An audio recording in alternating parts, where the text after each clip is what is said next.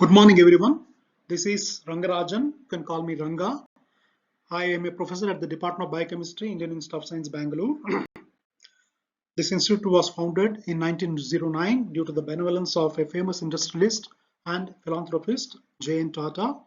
The land for this institute was provided by the then Maharani, so we are more than 100 years old. Our own Department of Biochemistry was founded in 1921. And we are also a more than 100-year-old. We celebrate our centenary just 2 years ago. And our lab has been working on the transcription and post-transcription regulation of metabolic pathways of Pichia pastoris. We have been focusing our attention on three zinc finger proteins, MXR1, ROP1, and TRM1.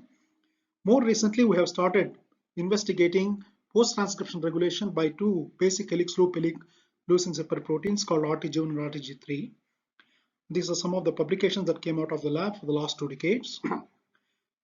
The regulation of amino acid metabolism in RTG1 is crucial for this current lecture today, because the development of glutamate inducible expression system is actually the outcome of the basic research carried out in this process. Now, how does Pichia pastoris, or renamed as Comagatella fauci, utilize glutamate as the carbon source? Now we have to go back to high school biochemistry, where we all are aware TCA cycle. The primary function of TCA cycle is to generate reducing equivalents NADPH and FADH, which is then oxidized in the electron transport chain and generates ATP. But TCA cycle also provides a number of biosynthetic intermediates. One of them is the conversion of alpha ketoglutarate, a TCA cycle intermediate, into glutamate by the enzyme glutamate dehydrogenase, which is then converted to glutamine by glutamine synthase. And glutamine serves as the nitrogen donor for a number of biosynthetic reactions, including the synthesis of nucleotides such as purines and pyrimidines. Now, when you grow Saccharomyces cerevisiae in a medium containing glucose, the TCA cycle is repressed by catabolite repression. As a result, the TCA cycle enzymes are not expressed. Therefore, the glutamine levels fall down. And also during mitochondrial TCA cycle dysfunction, the glutamine levels fall down. This is actually sensed by a pathway known as the retrograde response pathway, resulting in the expression of a whole bunch of genes called as retrograde response genes. And this ultimately results in the restoration of the glutamate levels. This is briefly what happens when low cellular glutamate levels falls low. A transcription factor, that is the RTG1 RTG3 heterodimeric transcription factor, which exists in a hyperphosphorylated form in cytoplasm, undergoes hypophosphorylation due to the action of a phosphatase. During low glutamate levels, this hypophosphorylated heterodimer now goes into the nucleus and activates a whole bunch of genes called retrograde response genes. Some of the retrograde response genes are shown in red color here. I will not go into the details. The final outcome of the activation of this entire pathway is the synthesis of alpha glutarate, and synthesis of glutamate and restoration of the cellular glutamate levels. Now, if we delete RTG1, RTG2, or RTG3 in Saccharomyces cerevisiae, they become glutamate auxotrophs. They cannot grow in a medium that does not contain glutamate. You have to add glutamate to the medium for resumption of the growth. Very interestingly, if you now pull out the homologs of RTG1, RTG2, RTG3 in Pichia and delete these genes, they happily grow even in the absence of glutamate, and the deletion of the RTG genes of Pichia pastoris does not result in glutamate auxotrophy. This was the first clue that gave us that there is something different in Pichia from what has been described in Saccharomyces cerevisiae. So the RTG genes of Pichia probably have some novel functions. In fact, not only Pichia, there are many genes, many other yeast species can actually utilize glutamate as not only as a nitrogen source but also as a carbon source. And you can actually grow Pichia in a medium containing just yeast extract or peptone, or just yeast nitrogen base and glutamate, and they happily grow, although not as efficiently as during growth in glucose or glycerol. Now, very interestingly, the Pichia pastoris deletion mutants delta RTG1, delta RTG2, and delta RTG3 cannot grow in a medium containing yeast nitrogen base and glutamate, whereas the wild type GS115 grows happily, indicating that the RTG genes in Pichia pastoris are actually required for glutamate utilization as a carbon source rather than glutamate biosynthesis.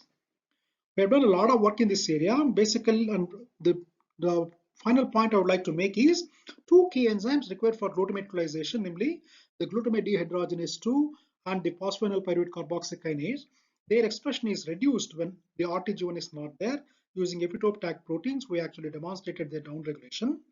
And we have completely described this pathway in this publication. I will not go into the details. In fact, the RT gene is also required for alcohol oxidase gene expression during methanol metabolism. In fact, this is the first report where a basic helix loop helix leucine zipper protein regulates alcohol oxidase gene expression during methanol metabolism as well.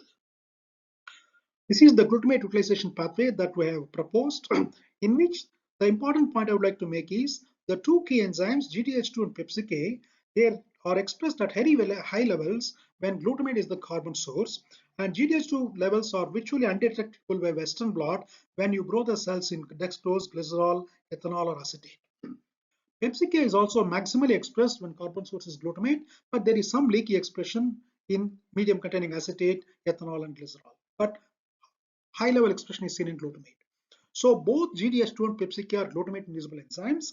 And if you now replace the coding region of either GDH2 or PepsiK with a GFP, and the GFP is also expressed exactly the same way as the endogenous genes, the GFP expression highest when glutamate is the carbon source. This gave us the first clue that yes, there is a possibility of using this knowledge for developing a glutamate inducible expression system. So what we have done is we have made synthetic vectors which contain GDH2 or PepsiK promoters with two selectable markers, either zeosin resistant marker or the His4 oxotropic marker. And we also use the commercially available PPXZA vector containing the alcohol oxidase promoter as our benchmark to see how well is our glutamate inducible expression vectors perform in comparison to the methanol inducible vectors. Now we also decided to replace glutamate with monosodium glutamate because the monosodium glutamate is readily water soluble. It is also certified as safe by US FDA. It is a very common food additive that is used very widely in a number of food items, and is also very cheap, and more importantly it is water soluble. And we have demonstrated that if you now express GFP from GDH2 or PepsiK promoters, GFP gets induced as efficiently by monosodium glutamase as by glutamate. So all our subsequent studies actually done using monosodium glutamate as the inducer of GDH2 and PepsiK. Now, to develop a culture medium, we decided to use a culture medium that is very widely being used for expressing proteins using the alcohol oxidase promoter in shake flask cultures. I would like to emphasize here that all our studies are so far has been done only in shake flask cultures. We have not done any studies in bioreactors so far. That's one of the things that needs to be pursued, and I'm actually looking forward after this talk whether I can actually enthuse some of the academic research or industrial users to actually test our expression system in a bioreactor. So the very commonly used medium for expression of genes using the methanol inducible alcohol promoter is called as the PMMOI medium, which contains yeast extract, peptone, yeast nitrogen based ammonium sulfate, and of course potassium phosphate buffer, biotin, and of course 2% methanol. This is the most commonly used medium by yeast Pichia researchers using the alcohol oxidase based methanol inducible expression system for expression in shake flask cultures. We exactly mimic the same culture system except that we replaced methanol with monosodium glutamate. So all other components remain the same and only methanol is replaced by monosodium glutamate. And what is the model protein that we would like to use to demonstrate the efficiency of the experiment system? We decided to use the SARS-CoV-2 virus receptor binding domain because this has been extensively used, expressed in a number of expression system from mammalian cells to yeast. And in fact, the Pichia expressed protein, which was the experiment technology was actually developed by Peter Horis and Maria Bottizzi at the Texas Children's Hospital, Baylor College of Medicine. They actually transferred these strains and technology to an Indian company called Biological Limited. They conducted all the clinical trials, and the Pichia produced RBD vaccine has been approved by the Indian regulatory agencies, and it is currently in the market as Corbevax. So we decided to use the SARS-CoV-2 RBD as our model protein to test how good is our expression system compared to the benchmark expression system, namely the methanol-induced alcohol oxidase promoter. So we cloned the RBD gene both under the PepsiK promoter as well as under the AOX promoter. In case of the PepsiK promoter, we cloned it in a vector containing His4 marker as well as the zeosin marker. And we also developed a Pichia strain in which the RBD gene is integrated into two different loci, one in the His4 locus as well as the PepsiK locus. We call it as a 2X strain. The reason being that PepsiK is not as powerful a promoter as the alcohol oxidase promoter. So we thought in order to meet the benchmark of AX, probably we may have to express from multiple loci. Our initial results were very disappointing.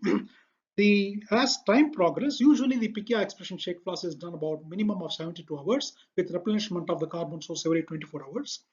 But as time progressed, we actually saw a decrease in the protein levels. The RBD levels actually decreased instead of increasing.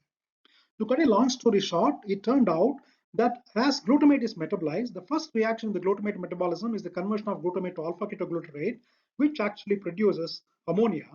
And this ammonia diffuses into the medium, gobbles up all the protons, and this deprotonation of the culture medium increases the pH of the medium. Therefore, the medium becomes alkaline, and as you can see, as time progresses, the pH shoots up more than 8.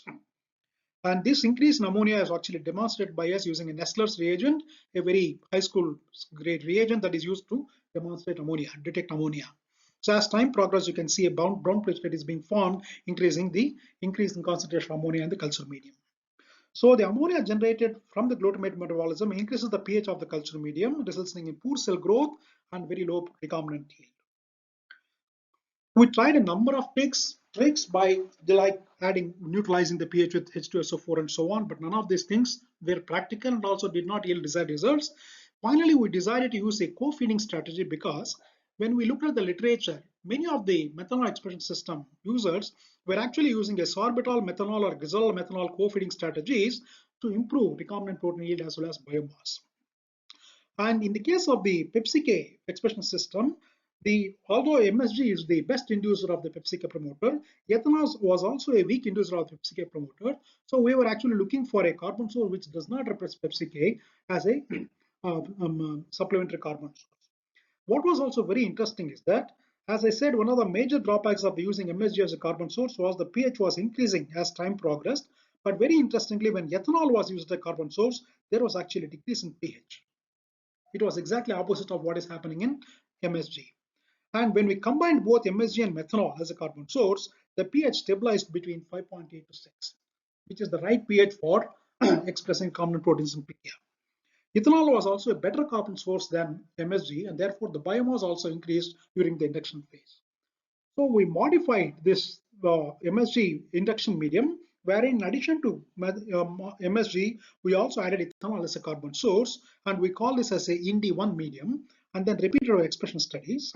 And when we also tried out a medium wherein instead of using ammonium sulfate as a source of nitrogen, we tried using urea as a nitrogen source. So when you use yeast nitrogen base without ammonium sulfate and substitute urea as the source of nitrogen, we call this as a IND2 medium. And when you use either IND1 or IND2 media as a carbon source, we got fantastic results. Instead of a decrease in recombinant protein and time dependent manner, we saw a fantastic increase in the RBD levels as time progressed. And in fact, the substitution of ammonium sulfate with urea became better than having ammonium sulfate as the nitrogen source. But we now recommend using either IND1 or IND2 as the induction medium for recombinant protein production using the glutamate ethanol expression system. This is the final results that I am presenting here. So when we're using this modified induction medium, which we call as IND1 and IND2, when we compare the recombinant protein production using the BMMY medium for alcohol oxidase promoter, the RBD yields were almost comparable to that of AOX. And when we have a strain in which the RBD is expressed from integrating two different genomic loci, the RBD yields were almost double to that, almost to 3 times more than that from the AOX promoter. So the yields from the AOX promoter was about 8 milligrams per liter. That from the PepsiK promoter was also around 8 milligram per liter. But when we express the RBD PepsiK expression cassette from 2 different genomic loci, the yield improved almost 3-fold. So we have filed a patent, and we have got, in fact, we have been awarded a patent in India. The US patent is pending. And we have actually approached Biogrammatics whether they can actually sell our glutamate inducible vector. We have actually signed the memorandum of understanding, and we have licensed this patent under intellectual property to Biogrammatics.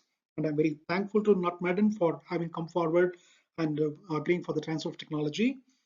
And we hope that at some point Biogrammatics will actually start selling our vectors and start putting it on the website.